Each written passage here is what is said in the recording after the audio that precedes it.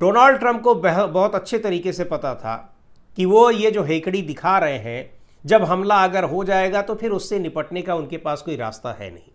और रास्ता इसलिए नहीं है, ऐसा नहीं है कि अमेरिका के पास अब गोला बारूद खत्म हो गया है, इसलिए नहीं है कि इस मामले में 40 दिन की लड़ाई में पस्त हो चुके हैं, काफ़ी कुछ नुकसान हो चुका है। ईरान को इतना हल्का वो आंक रहे थे, लेकिन उतना हल्का वो साबित नहीं हुआ। अभी तक की लड़ाई में उनसे ज़्यादा मजबूत साबित हुआ है। और दूसरी तरफ उसके टेरिटरी में घुसकर अगर वो ये हमला करते तो फिर बहुत बड़ा नुकसान उठाना पड़ता। आपको पता ही है कि इससे पहले धमकी दी थी उन्होंने कि हम और भी ज़्यादा युद्धपोत वहाँ पर तैनात कर रहे हैं। लेकिन सबसे बड़ा जो उनका युद्धपोत था Abraham Lincoln, USS Abraham Lincoln, वो कहाँ चला गया है पता नहीं। पिछले दिनों उन्होंने 2 और युद्धपोत अपने वापस मंगा लिए। तो उस इलाके में कैसे वहाँ पर ये अमेरिकी सेना हो, नौसेना हो, वायुसेना हो, उसकी कमजोरी दिखाई पड़ रही है कि इस युद्ध को आगे बढ़ाने की स्थिति में वो लोग नहीं दिखाई पड़ रहे हैं। एक चीज और, डोनाल्ड ट्रंप इस मुद्दे पर जिस तरह अपने देश में घिरे हुए हैं, 60 दिन की परमिशन का मामला, उसको लेकर हम पहले चर्चा कर चुके हैं कि युद्ध को अगर 60 दिन से ज़्यादा खींचना है तो संसद की अनुमति लेनी होती है, कांग्रेस की अनुमति लेनी होती है। वो प्रस्ताव डर के मारे नहीं ले आए, क्योंकि उनको पता था कि अगर ये प्रस्ताव हम लाते हैं तो ये गिर जाएगा, पास नहीं होगा। डेमोक्रेटिक पार्टी के ही लोग नहीं, यानी उनकी विपक्षी पार्टी नहीं, उनके रिपब्लिकन पार्टी के लोग भी किस तरीके से विरोध कर रहे हैं।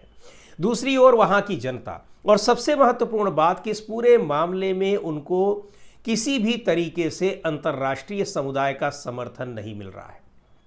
और तो और जब ये उन्होंने घोषणा की उसके बाद अब्बास अराक्ची कल ही पहुंचे हैं, जो ईरान के विदेश मंत्री हैं, वो चीन पहुंचे हैं। वहाँ उनकी चीन के विदेश मंत्री से बात हो रही है, इसके अलावा वहाँ के राष्ट्रपति से भी बात होगी। इन सारी चीज़ों को देखते हुए जो एक पूरी भू राजनीतिक स्थितियां वहाँ पर बनती दिखाई पड़ रही हैं, उसको देखते हुए भी डोनाल्ड ट्रंप अब इस मामले में, यानी ईरान के खिलाफ किसी भी तरीके से हमला करने के मामले में वो आगे बढ़ने की हिम्मत नहीं जुटा पा रहे हैं। उनको ये साफ पता है कि अगर हमने यहाँ दूसरे देशों के जहाज़ों को पैसेज देने की कोशिश की तो ईरान उन पर हमला कर देगा, और उस हमले से निपटने के लिए उनके पास कोई रास्ता नहीं है। वहाँ ईरान बहुत मजबूत है, ये स्पष्ट है। इसके अलावा कोई दूसरा साथ देने के लिए नहीं आ रहा है।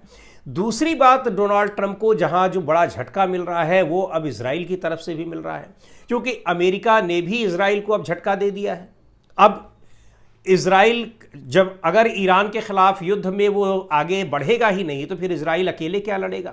लेकिन अकेले लड़ने की बात जहां तक है तो लेबनान के साथ उसका जो युद्ध विराम समझौता हुआ है उसको तोड़ते हुए वो बेरूत पर और लेबनान के दूसरे जगहों पर वो लगातार हमले किए हुए हैं।